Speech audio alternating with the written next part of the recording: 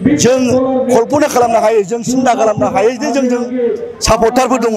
आं असम्भबसो मोनदों हाजार हाजार मानसिजोंसो दिनै नुबाय आं ओंखायनो आसा खालामदों बे ओनसोलनिफ्राय आङो 100% देरहागोना रोखा आरो हाग्रामा महिलारी सारखौ मदद होनो हागोन होननानै जोंहा बिसास दं।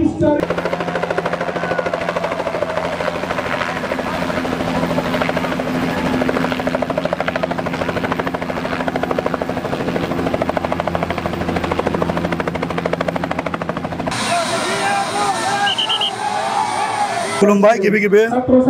खोब गोजोननाय मोनदों मानगोनां हाग्रामा महिलारी सारा मैया सानसेल' जादों मैया 28 तारिख ना 27 तारिखनि जे पिएमबि बडिनि मिटिं बे मिटिंआव जेब्ला आङो लामाजों फैबाय थायो 5टा 6टासो समावसो मानगोनां सारा आंखौ होनदों आं नोंनाव खेबसे प्रग्राम लानो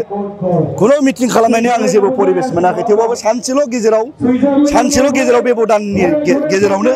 जों बेबायदि पार्टिखौ अर्गानाइज खालामनानै दिनैनि जे 29 तारिखनि जे प्रग्राम बे प्रग्रामनि परिबेसखौ नोंथांमोना नोंसोर दिनै फैनानै नुफैबाय जोंनि बिपिएफ राजनिति दोलो हिसाबै बेवहाय बेसेबां सक्रिय भाबै जों खामानि मावगासिनो दं जोंनि दैदेनगिरिफोर जोंनि भटारफोर जोंनि सापर्टारफ्रा बेसेबां गोख्रोङै मानगोनां हाग्रामा महिलारी सारनि नेतृत्वआव बिपिएफ सरकार लाबोफिननांगौ हाग्रामा महिलारी सारखौ सिफ खालामफिननांगौनि सार्थआव दिनै हाजार मानसिया दिनै बे मिटिंआव बाहागो लाफैदों बिपिएफनि केन्डिडेट आं प्रकाश बसुमतारीखौ देरहाहोनानै मानगोनां हाग्रामा महिलारी सारनि आखाइखौ मजबुत खालामनो थाखाय दिनै बिभिन्न जाति जनगोष्ठीनि मानसिफ्रा दिनै जोंजों लैहोर फैनानै बे मिटिंआव बाहागो लाफैदों आं खोब गोजोननाय फोरमायदों आरो आंनि गोरबोनिफ्राय बिथांमोनखौ साफ्रोमखौबो धन्यबाद जासिदों। बेवहाय आंना 11टा प्राइमारि दङ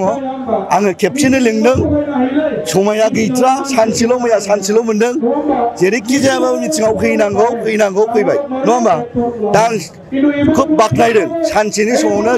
बे जों खबर होनाय लोगो मानगोनां हाग्रामा महिलारी सारखौ मोजां मोननानै बिपिएफ राजनिति दोलोखौ मोजां मोननानै जे जों कल्पना खालामनो हायो जों सिन्था खालामनो हायो जे जोंजों सापर्टारबो दङ आं असम्भबसो मोनदों हाजार मानसिजोंसो दिनै नुबाय आं ओंखायनो आसा खालामदों बे ओनसोलनिफ्राय आङो 100% देरहागोना रोखा आरो हाग्रामा महिलारी सारखौ मदद होनो हागोन होननानै जोंहा बिसास दं। दाथ' आङो सानफ्रोमबो जयनिं खालामनो लिंहरबाय थायो दिनैबो सार फैगोन होननाय लोगोनो 250 जननि बारा मानसिया जयनिं जाफैनो दं इउनियन एबसुनि प्रेसिडेन्ट सेक्रेटारि सोरबा बिसिडिसिनि मेम्बार बहुत मानसिया जोंजों फैनानै दं सोरबा एमएससि सोरबा बिएससि मानसिफ्रा जोंनि बिपिएफ राजनिति दोलोजों खामानि मावफानो होननानै दिनै जगदान जानो फैदों हयथ' दिनै सारनिया समाय गैयैखाय बिनि प्रेजेन्टआव खालामाबाबो जों एसे उनाव जों बिसोरखौ जगदान खालामगोन ओंखायनो जोंहा दतमा समस्ति हिसाबै जेबो उसुबिदा गैया होननानै आं सानदों रायजो राजाया